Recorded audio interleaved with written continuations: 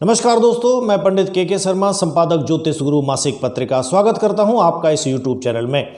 दोस्तों, आज बात करने जा रहे हैं हम अपने विषय से अलग।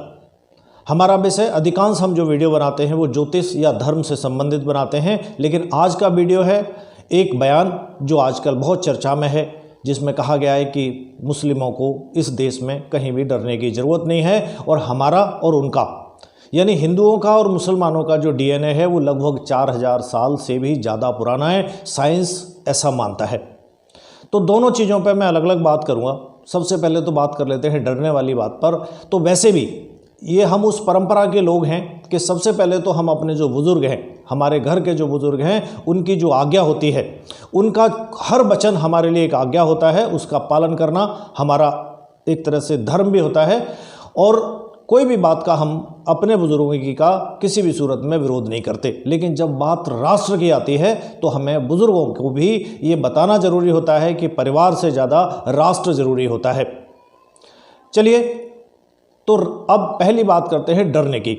वैसे भी इस देश में वो परंपरा है कि किसी भी धर्म संप्रदाय, किसी को भी सबसे ज़्यादा सम्मान हम लोग करने वाले हैं, उनका सम्मान करते हैं। और किसी भी तरह से कभी भी एक भी उदाहरण ऐसा नहीं मिलेगा आपको कि जहाँ पर धर्म संप्रदाय या किसी की अन्य चीज़ों के वजह से उसका कोई विरोध हुआ हो या उसको तंग किया गया हो या उसको परेशान किया गया हो। बल्कि ये रहा है, हमारे राजा महाराजा या पूर्वज जो हमारे रहे हैं, उन्होंने भी दूसरे धर्मों की, दूसरे संप्रदायों की अपनी जान देकर भी रक्षा की है।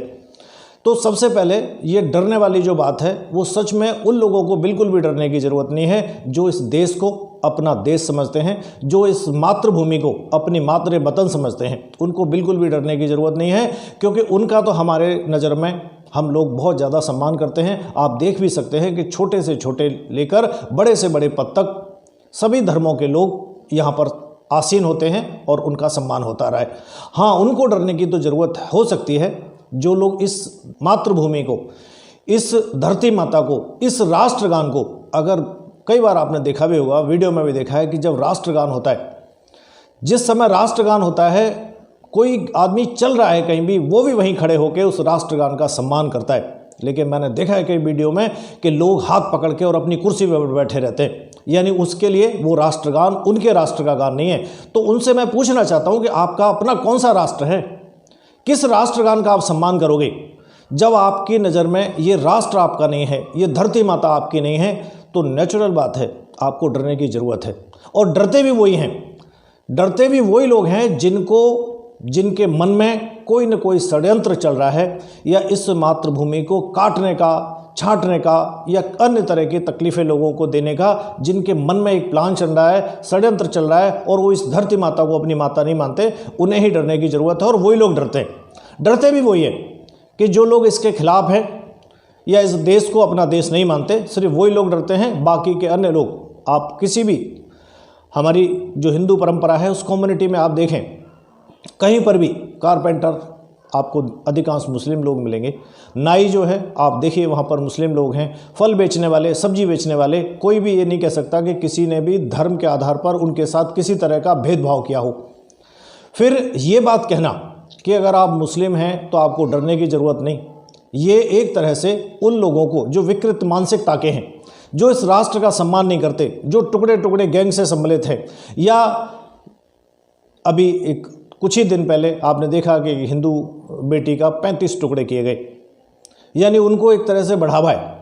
उनको ये कहकर बताना कि भाई तुम्हें डरने की ज़रूरत नहीं है। अगर ये कहें कि सिर्फ उनको डरने की ज़रूरत नहीं जो इस देश को अपना देश समझते हैं, जो लोग इस राष्ट्र के प्रति समर्पित हैं, अपने परिवार से ज़्यादा महत्व इस देश को देते हैं, इस देश के विकास में, इस देश में उनका भी कंट्रीब्यूशन बराबर है। जो लोग राष्ट्रगान का सम्मान नहीं करते, जो इस देश को अपना देश नहीं मानते, इस मातृभूमि को अपना मातृभूमि नहीं मानते, या किसी भी तरह की अन्य जो समाज विरुद्ध जो क्रियाएं हैं उनमें सम्मिलित हैं, उनको तो डरना चाहिए। एक तरह से बिल्कुल ऐसा हो गया कि दो सगे भाई हैं, एक भाई बड़ा बदमाश किस्म का है, एक बच्चा पढ़ना चाहता है, उस बच्चे की कलम पेन रोज़ वो दूसरा भाई तोड़ता है, और जब वो घर के बुज़ुर्गों से वो शिकायत करता है तो वो बोलते हैं कि जी आप दोनों का डीएनए एक है।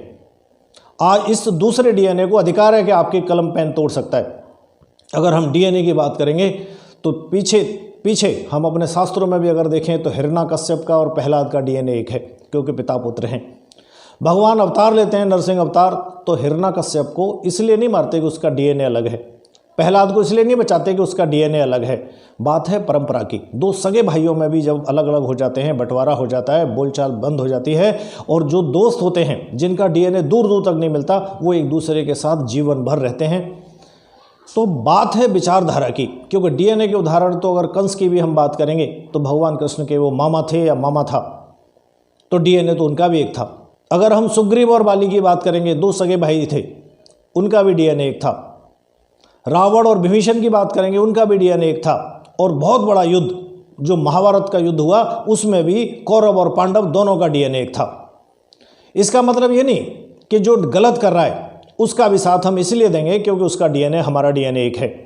डीएनए के लिए विज्ञान, अब विज्ञान की बात आ रही है, विज्ञान तो बहुत कुछ कहता है। विज्ञान तो ये भी कहता है कि हमारे पूर्वज जो थे वो बंदर थे, तो क्या करें, घर में एक कमरा अलग से बनवा दें बंदरों के लिए। वो हमारे पूर्वज हैं, हमारे सम्माननीय हैं, आदरणीय हैं, आताताई हैं, इसलिए हम उनसे कुछ नहीं कहेंगे। उनका आतंक वैलिड है, उनका आतंक मान्य है, क्योंकि वो हमारा डीएनए है भाई, हमारे वो पूर्वज हैं। तो यहाँ डीएनए की बात नहीं है, विचारधारा की बात है। अगर आपकी विचारधारा इस देश के प्रति ऐसी विचारधारा है कि ये देश आपका भी है, हमारा भी है, तो आपको डरने की सच में कोई ज़रूरत नहीं, क्योंकि हमारे यहाँ कोई भी कानून ऐसा नहीं है जो धर्म में भेद करता हो, धर्म के आधार पर किसी एक अलग को कुछ ज़्यादा देता हो और धर्म के आधार पर किसी एक कम को, किसी को एक को कम देता हो। ऐसी न विचारधारा हमारे देश की कभी है न कभी रही है। अभी भी आप देखेंगे सरकारें जो चल रही हैं, सरकारों का भी कहना है सबका साथ सबका विकास। सब में सब आते हैं, सब में सिर्फ वही नहीं आते जो आतंकवादी हैं, सब में सिर्फ वही अपने आप को समाहित नहीं पाते जो लोग इस देश के खिलाफ षड्यंत्र रचते हैं या इस देश के खिलाफ हैं। सब में वो सब हैं जो इस मातृभूमि को अपनी मातृभूमि समझते हैं, इस देश को अपना देश समझते हैं। एक तो पहले से ही, अब आप देखें, हम अपने धर्म का भी अगर आकलन करते हैं तो हमारा धर्म भी ये कहता है कि जो आतंकवादी हैं, जो आतताई हैं, जो क्रूर हैं, जो समाज को परेशान कर रहे हैं, उनके लिए ही हमारे जो देवता हैं उनके आप हाथों को देखिए। अगर किसी देवता के 8 हाथ दिए गए हैं तो उनमें से एक हाथ है क्षमादान, बाकी के 7 हाथ हैं उसमें आयुध हैं, हथियार हैं। वो सब्जी काटने के लिए हथियार नहीं है, वो उसका संकेत ये है कि जो दुष्ट हैं उनके प्रति नरमता या उनके प्रति नतमस्तक होना कायरता है। वो आपको, जो आतंकवादी है, जो आतताई है, जो किसी तरह की विकृत मानसिकता रखता है, उसके प्रति आप ये कहकर गले लगाओ कि ये इसका और हमारा डीएनए एक है, संभव नहीं है, क्योंकि उसका अपना डीएनए बदल गया है। क्योंकि डीएनए बदला है सोच से। मन के हारे हार है और मन के जीते जीत। मतलब यह है कि आपका शरीर कोई मायने नहीं रखता, आपका मन मायने रखता है। आपका मन अगर विकृत प्रकृतियों की तरफ चला गया है, आपका मन अगर विकृत हो गया है, आपके मन में इस देश के प्रति षड्यंत्र रचने की भावना अगर जागृत हो गई है, आपका डीएनए कितना भी एक हो जाए, लेकिन आप इस देश के प्रति वफादार नहीं हो सकते। तो सिर्फ उनको डरने की तो ज़रूरत है, या उनका डर जरूरी है जो लोग इस देश के खिलाफ हैं, इस देश को अपना देश नहीं मानते, इस राष्ट्र को अपना राष्ट्र नहीं मानते। राष्ट्र का मतलब राष्ट्र होता है, इसमें सब होते हैं। जब राष्ट्रगान हो रहा है, उस देश का राष्ट्रगान है जिस देश में आप रहते हैं, जिस देश की ज़मीन पर आप मकान बनाते हैं, जिस देश में उगाए हुए आप अन्न को खाते हैं, इस देश में आप अपना व्यापार करके पैसा कमाते हैं, उससे आप अपनी अन्य ज़रूरत पूरी करते हैं, और उस देश के राष्ट्रगान के प्रति आप कुर्सी पर बैठे रहते हैं। उनको जरूर डरने की ज़रूरत है। जो लोग अपना देश, इस देश को समझते हैं, उनको बिल्कुल भी डरने की ज़रूरत नहीं है। और डीएनए के आधार पर किसी के साथ आप ये नहीं कह सकते कि इसका और हमारा डीएनए एक है, इसके साथ हमें रहना चाहिए, क्योंकि कभी कभी कोई ऐसी बीमारी भी हो जाती है जिसके कारण पैर काटना पड़ता है। डीएनए तो छोड़िए, वो पैर आपके अपने शरीर का हिस्सा होता है, लेकिन मजबूर होते हैं उस समय पर वो पैर कटवाने के लिए। क्योंकि अगर हम ये सोचें कि इस पैर का और बाकी के शरीर का डीएनए एक है, तो पूरा शरीर सड़ जाएगा और एक समय ऐसा आएगा कि फिर पूरे शरीर को ही आपको यानी मृत्यु होगी और पूरा शरीर खराब होगा। तो ऐसे ही आप ऐसे समझें, जो विकृत मानसिकता के कुछ % लोग हैं, हो सकता है वो 0.001% लोग हों, उनकी वजह से बाकी को आप ये नहीं कह सकते सभी लोग ठीक नहीं हैं, या बाकी ठीक की वजह से आप उनको भी ठीक मान सकते हैं, ऐसा भी नहीं है। बयान ये होना चाहिए कि जो लोग देश के खिलाफ हैं, जो लोग देश को अपनी मातृभूमि नहीं मानते, या किसी तरह की षड्यंत्रों में, गतिविधियों में, देश विरुद्ध कार्यक्रमों में अगर इन्वॉल्व हैं, उनको जरूर डरना चाहिए। हम डीएनए के आधार पर हमें किसी को एक सर्टिफिकेट देने की ज़रूरत नहीं कि भाई तुम्हारा डीएनए एक है, तुम्हें खुला अधिकार है तुम कुछ भी करो, किसी भी लड़की के 35 टुकड़े करके आप बक्से में बांध के या जंगलों में आप फेंको, क्योंकि आपका हमारा डीएनए एक है। आप कुछ भी देश के खिलाफ पीएफआई के बहुत सारे ऑफिस खोलो जिससे देश विरुद्ध कार्यक्रम चालू हों, बहुत सारे मदरसे ऐसे खोलो जहाँ पर जिहादी पैदा हो। डीएनए क्योंकि हमारा और आपका डीएनए एक है।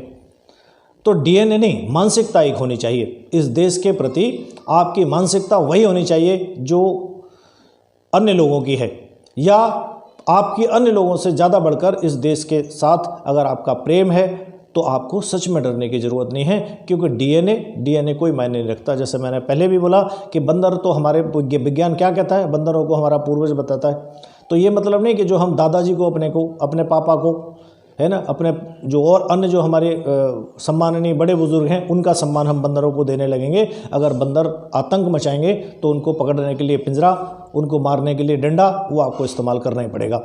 चलिए, इसी के साथ आपसे विदा लेता हूँ। जय हिंद, जय भारत।